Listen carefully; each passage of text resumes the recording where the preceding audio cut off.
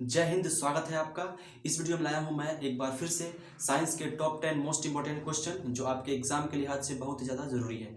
तो आइए देखते हैं इन सभी 200 क्वेश्चन को और उसको एनालाइज करते हैं। ठीक है, देखते हैं पहले क्वेश्चन को। देखिए कह रहा है पहला क्वेश्चन कि थायराइड ग्रंथि से थायरॉक्सिन हार्मोन के स्रावण के लिए कौन सा तत्व आवश्यक है। ठीक है, जो पहला क्वेश्चन है काफी इंपॉर्टेंट है और ये क्वेश्चन पूछा गया है एग्जाम में। तो बताइए, अगर आपको इसका उत्तर पता है तो अपना उत्तर आप कमेंट बॉक्स में लिख के भेज सकते हैं। ठीक है, तो क्वेश्चन है कि थायराइड ग्रंथि, ठीक है, जो कि मानव शरीर में एक ग्रंथि होती है थायराइड, ठीक है, वहां से क्या थायरॉक्सिन हार्मोन निकलता है। तो उस हार्मोन को निकलने के लिए कौन सा तत्व उत्तरदायी होता है या वो तत्व रहेगा तभी वो थायरॉक्सिन हार्मोन निकलेगा। तो कौन सा तत्व है बताइए। तो इसका आंसर क्या हो जाएगा। आंसर पता हो तो अपना आंसर कमेंट कर सकते हैं, सबके लिए कमेंट बॉक्स ओपन है। ठीक है, तो इसका आंसर हो जाएगा दोस्तों आयोडीन। कौन सा तत्व? आयोडीन।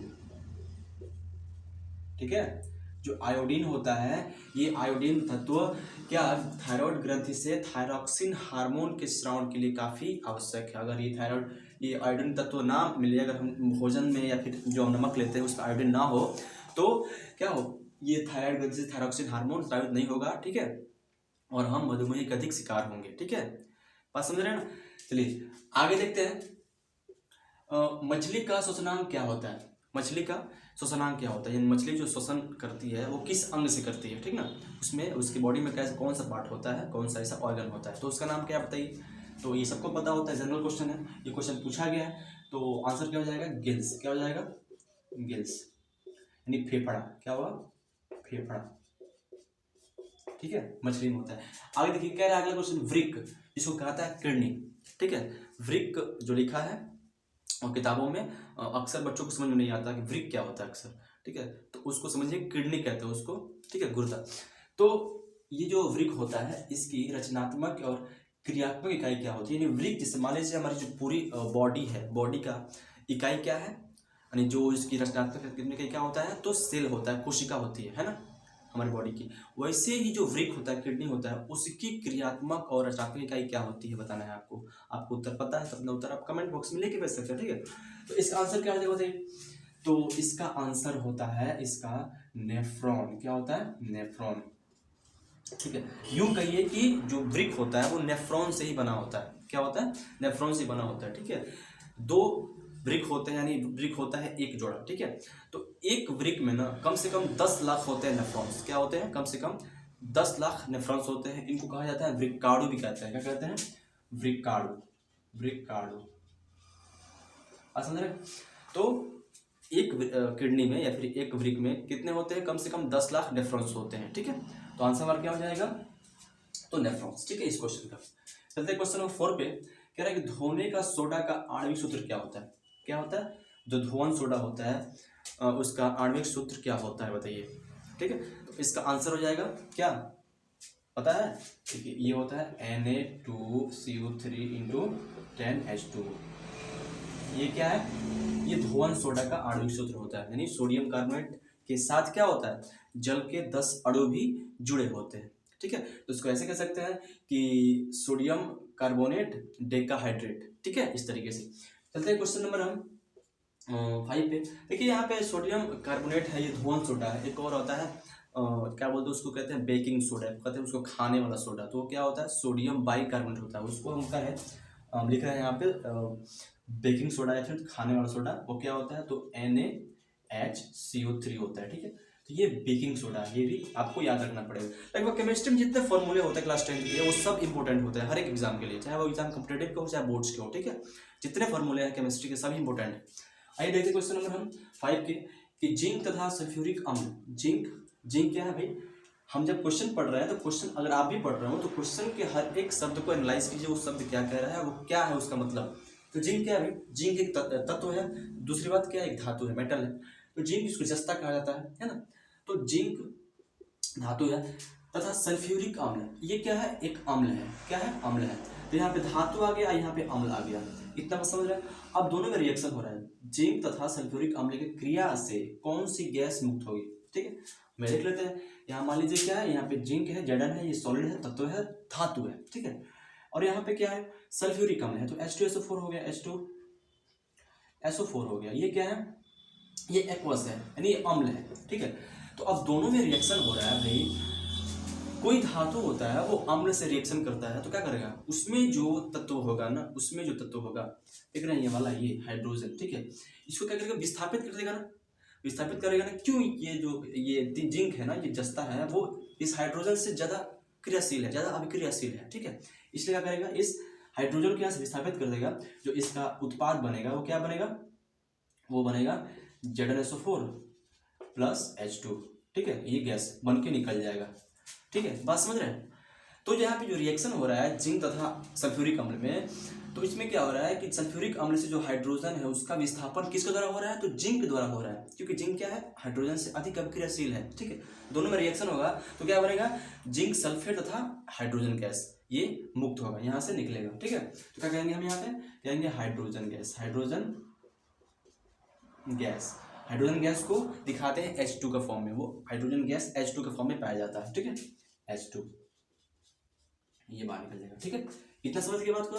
चलते हैं क्वेश्चन नंबर हम 6 में, कह रहा है कि अक्रिय गैस आवर्त सारणी के किस ग्रुप या समूह स्तंभ में पाया जाता है। यहाँ पे समूह क्या है, ग्रुप क्या है, चाहे स्तंभ क्या है, बात एक ही होता है। आवर्त सारणी जो होता है पीरियोडिक टेबल, जिसको आधुनिक आवर्त सारणी कहा जाता है, जिसको मोजले ने बनाया था, किसने, मोजले ने, याद रखिएगा, ठीक है। तो आधुनिक आवर्त सारणी में जो दिखते हैं खड़ी जो लाइनें होती हैं इस तरीके से, ऐसे ऐसे जो लाइनें होती है खड़ी खड़ी होती है, ठीक है, इन्हें क्या बोलते हैं, इनको हम बोलते हैं, इनको स्तंभ बोला जाता है, ग्रुप बोला जाता है, समूह बोला जाता है, ठीक है, इतना आप कह सकते हैं। ये तीनों जो हमने लिखे हैं, तीनों का मतलब एक ही हुआ, ये खड़ी जो लाइनें होती है उसको कहते हैं। और जो लाइनें ऐसे ऐसे पट होती हैं, मतलब ऐसे जो क्षैतिज होती हैं, ये लाइनें, जैसे मान लीजिए यहाँ पे पहली लाइन हो गई, दूसरी लाइन हो गई, तीसरी लाइन, ऐसे कुल 7 होती हैं, ठीक है। उसके बाद नीचे होते हैं एक्टिव नेक्स्ट लाइनर साइन, उसको छोड़िए, 7 होते हैं यहाँ पे, वो ऊपर मिल रही, वो क्या होते हैं, वो आवर्त होते हैं। जो लाइनें क्षैतिज होती है वो आवर्त होती है, जो खड़ी होती है, जो होती है ऊर्ध्वाधर, उसको क्या बोलते हैं, स्तंभ बोलते हैं, समूह बोलते हैं, ग्रुप बोलते हैं।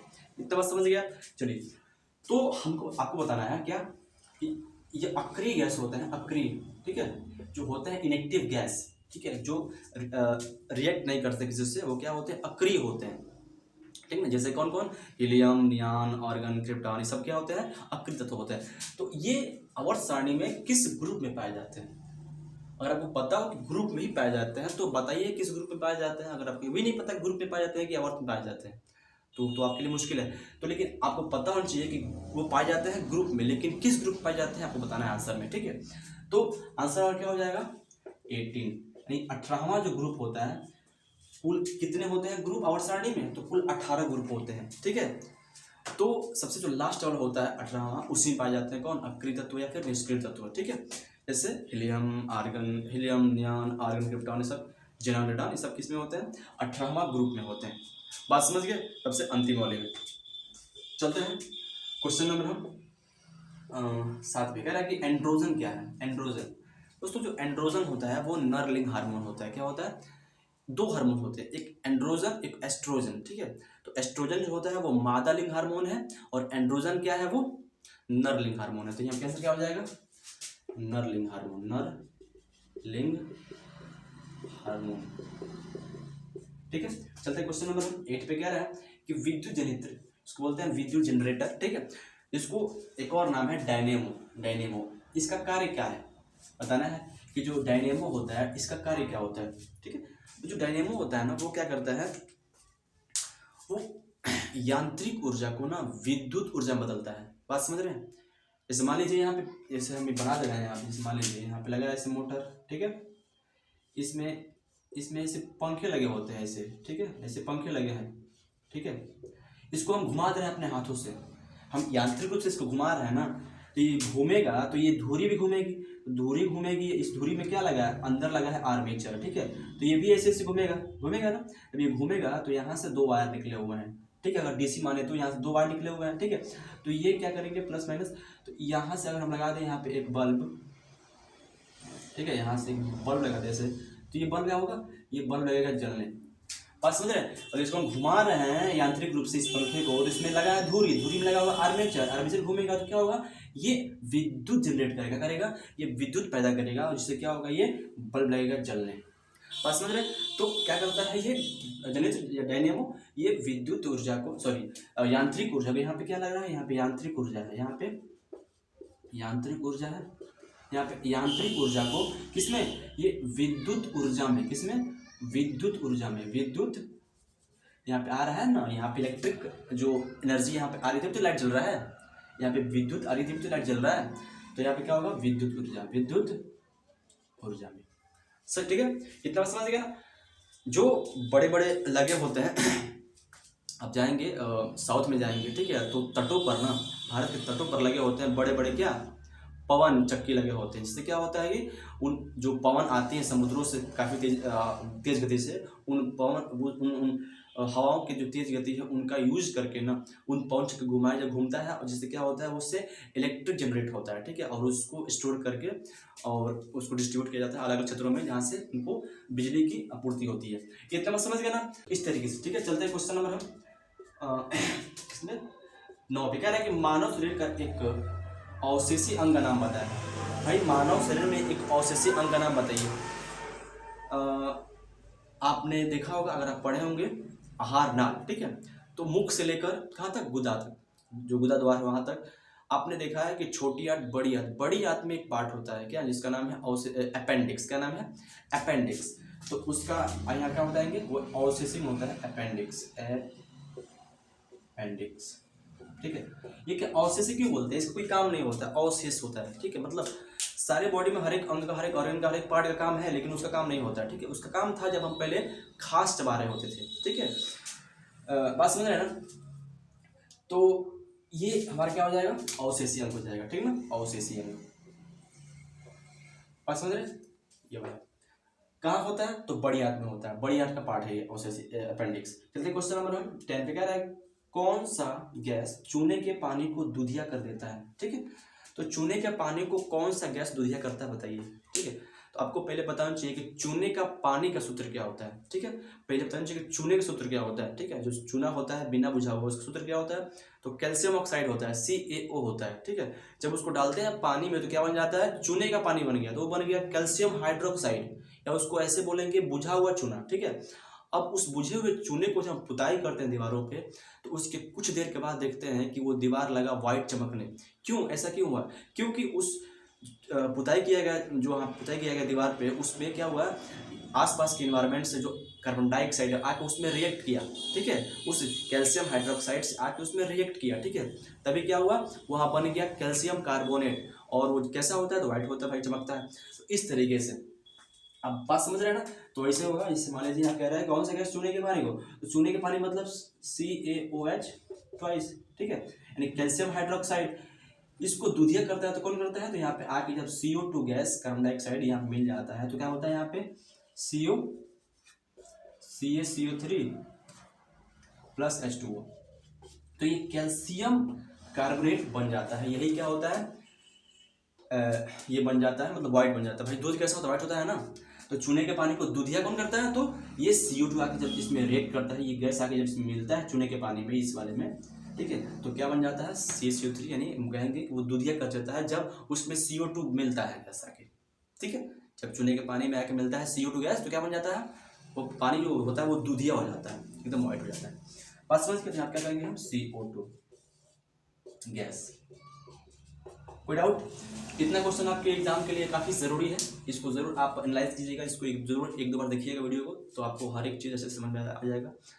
तो मिलते हैं आपको फिर नेक्स्ट वीडियो में, तब तक के लिए आपको बताना है कि वीडियो कैसा रहा। अच्छा लगा तो प्लीज़ वीडियो को लाइक कर दीजिएगा, अगर आप चैनल बनाए तो उसको सब्सक्राइब कर लीजिएगा, बेल घंटी प्रेस कर लीजिएगा, ठीक है। मिलते हैं नेक्स्ट वीडियो में, तब तक के लिए आपको धन्यवाद, थैंक यू वेरी मच, जय हिंद, जय भारत।